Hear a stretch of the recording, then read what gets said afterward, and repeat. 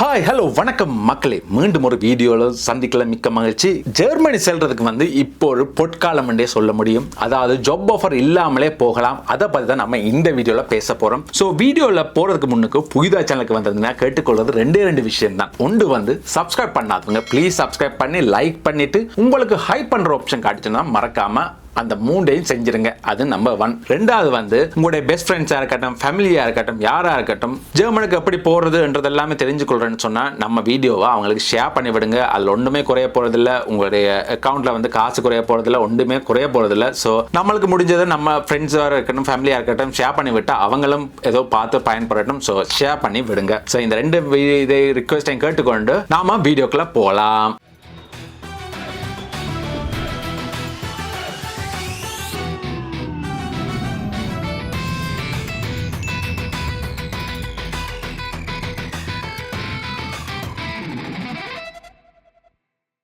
மக்களே, நீங்க ஒரு திறமையான பணியாளரா ஐரோப்பாவுடைய மிகப்பெரிய பொருளாதார நாடான ஜெர்மனியில செட்டில் ஆகணும்னு உங்களுக்கு ஒரு ஆசை இருக்கா? அப்போ 2026 தான் அதற்கான சரியான நேரம் என்றே சொல்ல முடியும். ஏன்னா ஜெர்மனிக்கு வருஷத்துக்கு 4 லட்சம் ஸ்கில் ஒர்க்கர்ஸை தேவைப்படுறாங்க. அவங்களை ஈர்க்கிறதுக்காக குடியேற்ற சட்டங்களை அதிரடி மாற்றங்களை கொண்டு வந்திருக்கிறாங்க. ஜாப் ஆஃபர் இல்லாமலே நீங்க ஜெர்மனுக்கு நுழைய முடியும்னு சொன்னா நீங்க நம்ப முடியுமா? ஆமாங்க. அது மட்டும் இல்ல, இப்போ உங்களுடைய குடும்பத்தையும் கூட்டிக் கொண்டு வர்றதுக்கு விதிகள் ரொம்பவே எளிமையாக்கப்பட்டிருக்கு. அதை பத்தி தான் நம்ம இந்த வீடியோல திட்ட தெளிவாக பேச போறோம். ஸ்கிப் பண்ணி பார்க்காதீங்க, ஃபுல்லா பார்த்தா தான் உங்களுக்கும் புரியும்.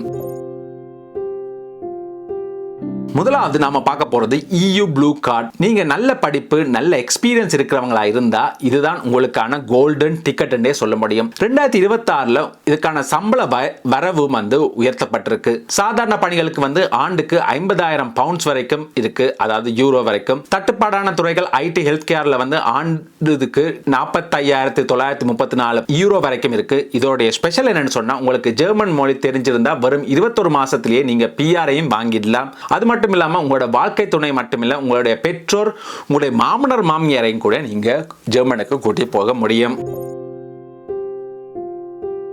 ரெண்டாவது மிக முக்கியமான மாற்றம் ஆப்பர்ச்சுனிட்டி கார்டு. உங்களுடைய வேலை வாய்ப்பு கடிதம் இல்லையா? பரவாயில்லை, இந்த கார்டு இருந்தா நீங்க ஜெர்மனிக்கு 12 மாசம் வரைக்கும் தங்கி நீங்க வேலை தேடலாம். இது ஒரு பாயிண்ட் பேஸ் சிஸ்டம் என்றே சொல்ல முடியும். உங்களுடைய வயசு 35க்குள்ள இருந்ததுன்னு சொன்னா 2 பாயிண்ட்ஸ், படிப்பு, எக்ஸ்பீரியன்ஸ் மற்றும் மொழித்திறன் இருந்தா, அதாவது ஆங்கிலம் B2 அல்லது ஜெர்மன் A1 இருந்தா இதை வச்சு உங்களுக்கு 6 பாயிண்ட்ஸ் கிடைச்சா போதும். ஆனா ஒரு வருஷத்துக்கே நீங்க அங்க தங்குறதுக்கான செலவுகளையும் உங்க பேங்க்ல சுமார் 13,000 யூரோஸ் இருக்கும் என்று ஒரு முக்கியமான நிபந்தனை இருக்கு. அதை வச்சுக்கிட்டா நீங்க சிம்பிளா போக முடியும். அடுத்தது நிறைய பேருக்கு இருக்கிற டவுட் என்னன்னு சொன்னா, என்கிட்ட பெரிய டிகிரி இல்லையே, நான் போக முடியுமா? கண்டிப்பாக போக முடியும். கடந்த 5 வருஷத்துல உங்களுக்கு 2 வருஷம் எக்ஸ்பீரியன்ஸ் இருந்தாலே போதும். அது மட்டும் இல்லாம உங்களுடைய படிப்புக்கு ஜெர்மன் தரத்துக்கு இணையா அங்கீகரிக்கப்பட்ட வரைக்கும் நீங்க அங்கே வேலை தொடங்கி ரெகக்னிஷன் பார்ட்னர்ஷிப் வழியை நீங்க தேடலாம். இப்போ 2026ல உங்களுடைய குடும்பத்தை கூட்டி வாடுறது ரொம்பவே ஈஸியா இருக்கு. முன்னாடி மாதிரி பெரிய வீடு இருக்கா அப்படி ஆதாரம் காட்ட வேண்டிய அவசியம் இப்ப இல்ல. அதே போல உங்களுடைய வைஃப் அல்லது ஹஸ்பண்டுக்கு ஆரம்ப கால ஜெர்மன் மொழி A1 கட்டாயம் இல்லை என்ற அளவுக்கு சில சலுகைகளையும் இப்ப கொடுத்திருக்காங்க. 12 வயசுக்கு கீழே இருக்கிறவங்களோட பிள்ளைகளுக்கு தாராளமாக நீங்க அழைச்சிட்டு போகலாம். மக்களே, ஒரு சின்ன வார்னிங், ஜெர்மன் சிஸ்டம் இப்ப டிஜிட்டல் ஆகிட்டாலும் ரூல்ஸ் ரொம்பவே ஸ்ட்ரிக்ட் தான். சின்ன தப்பு பண்ணாலும் விசா ரிஜெக்ட் ஆயிடும். குறிப்பாக 2025ல விசா வாங்கினவங்க 2026ல புதுப்பிக்க போது புதிய சம்பள வரம்பை பூர்த்தி செஞ்சு இருக்க வேண்டியது முக்கியமான ஒரு கட்டாயம். அதனால முறையான சட்ட ஆலோசனையை பெற்று அதுக்கப்புறம் அப்ளை பண்ணுங்க.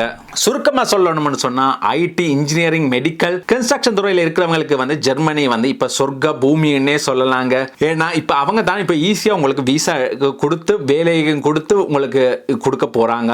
அது மட்டும் இல்லாம உங்களுக்கு இன்னும் ஜெர்மனிக்கு எப்படி போறது என்ற தெளிவான இதுகள் வேணும்னு சொன்னா நம்ம சேனல்ல பின்னுக்கு தெரியுது எவ்வளவு லட்சக்கணக்கான வீடியோக்கள் இருக்குங்க. போய் அதுல பிளேலிஸ்ட் என்ற செக்ஷனுக்கு போனீங்கன்னா நம்ம சேனல்லே கிளிக் பண்ணி இதை முதல்ல சப்ஸ்கிரைப் பண்ணுங்க. சப்ஸ்கிரைப் பண்ணிட்டு நம்ம சேனலை கிளிக் பண்ணிட்டு போனீங்கன்னு சொன்னா பிளேலிஸ்ட்ல யூரோப் பிளேலிஸ்ட் தனியாக பிளேலிஸ்ட் வச்சிருக்கேன். அது ஃபுல்லா யூரோப் நாடுகளுக்கு, லக்சம்பர்கா இருக்கட்டும், ஃபின்லாண்டா இருக்கட்டும், எந்த நாடா இருந்தாலும் சிம்பிளா போறதுக்கான வழிகள் திட்ட தெளிவாக உங்களுக்கு போட்டிருக்கு.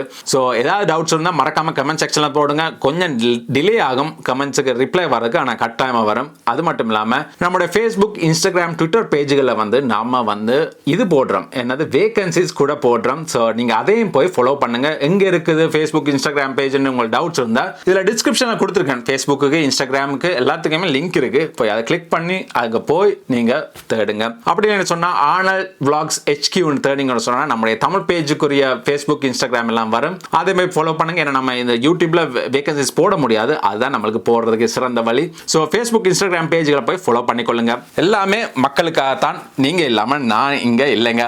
மீண்டும் ஒரு வீடியோவில் சந்திப்போம். விடைபெறுவது உங்கள் அன்பினான. See you another video. Cheers மக்களே.